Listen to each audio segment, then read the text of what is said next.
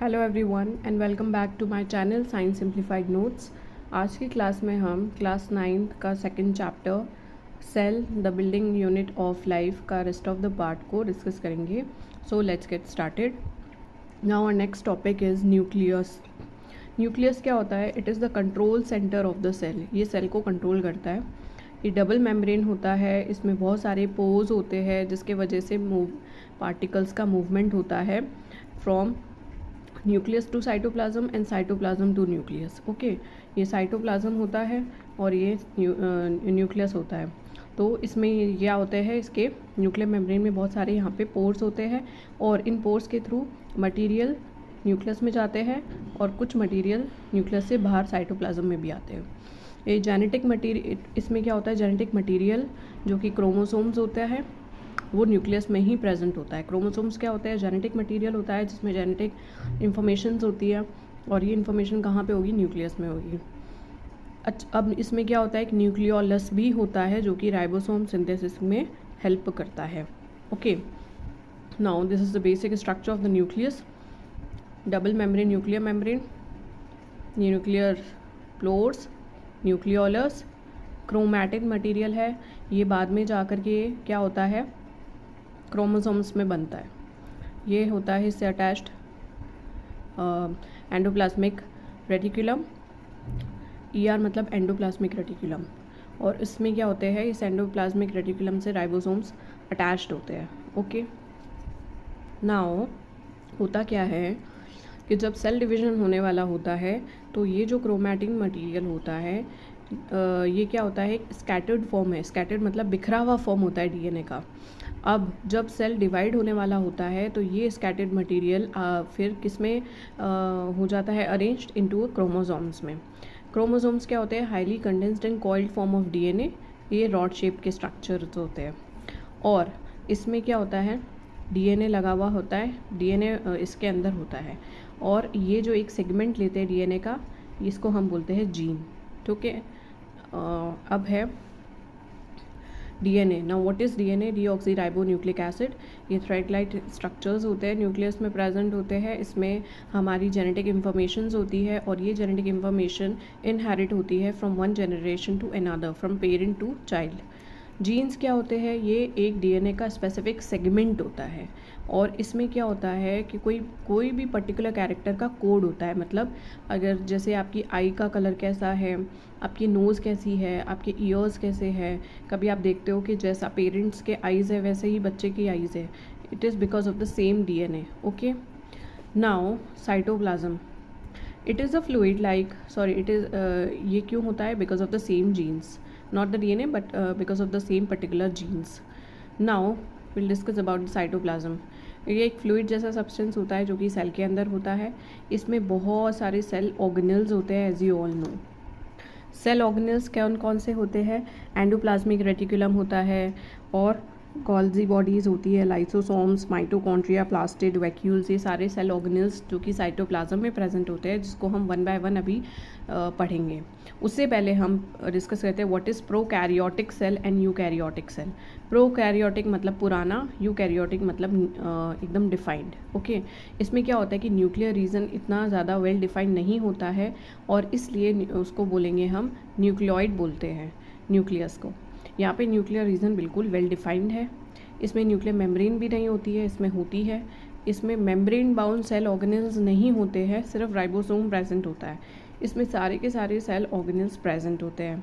इसमें सिर्फ one chromosome है, इसमें एक से ज़्यादा क्रोमोसोम्स हैं। ये स्मॉल साइज़ के होते हैं प्रोकैरियोटिक सेल्स, ये लार्ज साइज़ के होते हैं। अब इसके बाद है इसमें flagella is present to help in movement. यहाँ पे कोई फ्लैजिला प्रेजेंट नहीं होता है मूवमेंट के लिए।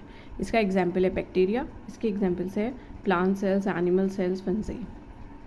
नाउ हम one by one cell organelles को पढ़ेंगे। सबसे फर्स्ट है इसमें एंडोप्लाज्मिक रेटिकुलम। ये क्या होता है? Large network of membrane bound tubes, ये इस टाइप का होता है। ओके, इसमें आप देखोगे मेम्ब्रेन बाउंड क्या होता है, नेटवर्क होता है ट्यूब्स का। ओके, अब ये दो टाइप का होता है, rough ER and the smooth. क्या होता है दोनों में डिफरेंस? इसमें रफ में क्या होता है, राइबोसोम्स प्रेजेंट होते हैं सरफेस पे और इसमें राइबोसोम्स एब्सेंट होते हैं, इसलिए ये स्मूथ सरफेस है और ये रफ सरफेस है।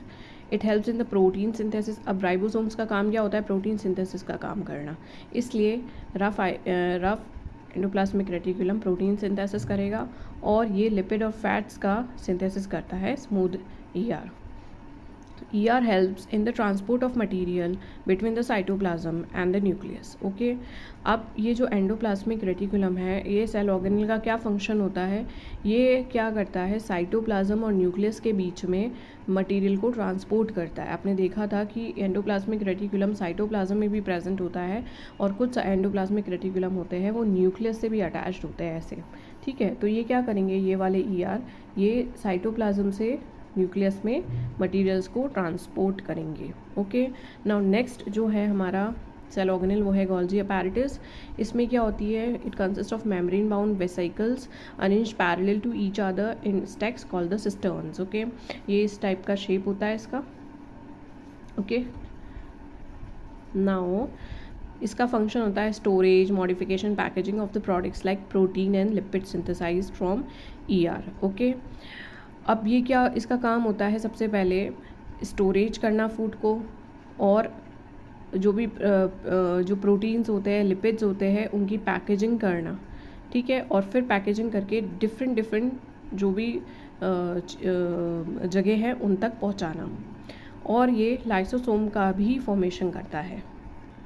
नाउ नेक्स्ट सेल ऑर्गेनल जो है हमारा वो है लाइसोसोम। लाइसोसोम क्या होता है? सिंगल मेम्ब्रेन सेक्स होते हैं which is filled with the powerful digestive enzymes. ये क्या करता है? जो भी ओल्ड सेल्स होते हैं या फिर डैमेज सेल्स होते हैं उनको क्या करेगा? ये खा लेगा और क्लीन करता है फिर इस तरीके से सेल को। It helps in cleaning the cell by digesting the foreign material like the bacteria and all damage cell organelles. It is known as the suicidal bags भी बोलते हैं इस वजह से इसको, क्योंकि ये जो भी फॉरेन मटेरियल जो कि काम की चीज़ नहीं होती है उसको ये खा लेता है इसलिए। And act as a waste disposal system of the cells. Next cell organelle है हमारा mitochondria. It is also known as the power house of the cell. Now double membrane cell organelles, ये सबसे पहले डबल मेम्ब्रेन होता है। इसकी outer membrane porous होती है, इनर मेम्ब्रेन डीपली फोल्डेड होती है to increase the surface area of the ATP generation. ये ATP का फॉर्मेशन करेगा। ठीक है, ATP क्या होता है? अब एडिनोसाइन ट्रांसफॉस्फेट, और उसके इसका मतलब क्या होता है? The energy released for various chemical activities are released by the mitochondria in the form of ATP। जो भी सेल में एनर्जी रिलीज्ड होती है वो ATP के फॉर्म में रिलीज्ड होती है, और ये एनर्जी रिलीज्ड कौन करता है? ये माइटोकॉन्ड्रिया करता है। ओके, और ATP क्या है? Energy currency of the cell, cell की एनर्जी है। It also has their own DNA and ribosome. Mitochondria का खुद का DNA और राइबोसोम भी होता है, इसलिए अपना खुद का प्रोटीन भी क्या करता है? प्रोड्यूस करता है। नेक्स्ट सेल ऑर्गेनल है हमारा प्लास्टिड। प्लास्टिड क्या होता है? ये सिर्फ प्लांट्स में ही प्रेजेंट होते हैं, एनिमल सेल्स में प्रेजेंट नहीं होता है। माइटोकॉन्ड्रिया की तरह ही प्लास्टिड्स के भी क्या होते हैं? खुद के DNA और राइबोसोम्स होते हैं। अब ये 3 टाइप का होता है, क्लोरोप्लास्ट, ल्यूकोप्लास्ट, क्रोमोप्लास्ट। क्लोरोप्लास्ट में क्या होता है? ग्रीन पिगमेंट होता है जो कि क्या करेगा? फोटोसिंथेसिस का काम करेगा। It contains the green pigment chlorophyll. Chloroplast में क्लोरोफिल प्रेजेंट होता है जो कि ग्रीन पिगमेंट होता है, और ये फोटोसिंथेसिस में हेल्प करता है। ल्यूकोप्लास्ट वाइट कलर का होता है और ये starch, oil and protein granules को स्टोर करता है। क्रोमोप्लास्ट क्या करता है? इसमें ये कलर्ड पिगमेंट जैसे कि रेड, येलो, ऑरेंज इसको कंटेन करता है, जिससे कि वो फ्रूट्स को, फ्लावर्स को कलर दे सके। Next is vacuole. ये स्टोरेज सेक्स होते हैं, स्टोरेज बैग बोल दो इनको, और ये स्मॉलर होते हैं। एनिमल सेल्स में बहुत छोटे होते हैं, प्लांट सेल्स में बड़े होते हैं। In plant cells it occupies 50 to 90% of the volume and it stores the amino. इसमें क्या क्या ये स्टोर करते हैं? Amino acid, sugar, organic acid and protein, ये सब इसमें वैक्यूल्स में स्टोर होता है। और इसके अलावा वैक्यूल क्या देते हैं? टर्गिडिटी एंड रिजिडिटी देते हैं सेल को, यानी कि स्ट्रेंथ देते हैं सेल को। नाउ प्लांट सेल में ये 50 to 90% होता है, और एनिमल सेल्स में ये काफ़ी छोटा होता है। ओके, यूनिसेलुलर ऑर्गेनिजम्स जो होते हैं जैसे कि अमीबा है, उसमें वैक्यूल्स क्या करता है? एक्सेस वाटर को एक्सपेल करता है एंड सम वेस्ट को एक्सपेल करता है। एक्सपेल मतलब कि बाहर निकालता है। अमीबा में क्या होता है, वाटरी कंटेंट ज़्यादा होता है, तो वैक्यूल्स ऐसे में क्या करेगा, जो भी एक्सेस वाटर है उसको और कुछ वेस्ट को बाहर निकाल देगा। Now will see what are the difference between the plant cell and the animal cell. Plant cell में क्या होता है, सेल वॉल प्रेजेंट होती है और एनिमल सेल में सेल वॉल एब्सेंट होती है। प्लास्टिड्स प्रेजेंट होते हैं, इसमें एब्सेंट होते हैं। लार्ज सेंट्रल वैक्यूल प्रेजेंट होता है, इसमें वैक्यूल है वो एब्सेंट होता है जनरली, या तो फिर बहुत ही छोटा साइज़ का होता है। इसमें सेंट्रियोल्स एब्सेंट होते हैं, इसमें प्रेजेंट होते हैं। Now will see what is the cell division. Cell division जो होता है उसमें क्या होते हैं, न्यू सेल्स बनते हैं फ्रॉम द पेरेंट सेल से, और वो न्यू सेल्स क्यों बनते हैं, for the growth and replacement and reproduction के लिए। ओके अब इसमें दो टाइप का सेल डिवीजन होता है, एक होता है माइटोसिस, एक होता है मियोसिस। माइटोसिस में क्या होता है, एक पेरेंट सेल से दो डॉटर सेल्स निकलेगी और दो डॉटर सेल्स बिल्कुल आइडेंटिकल होती है to that of the parent cell.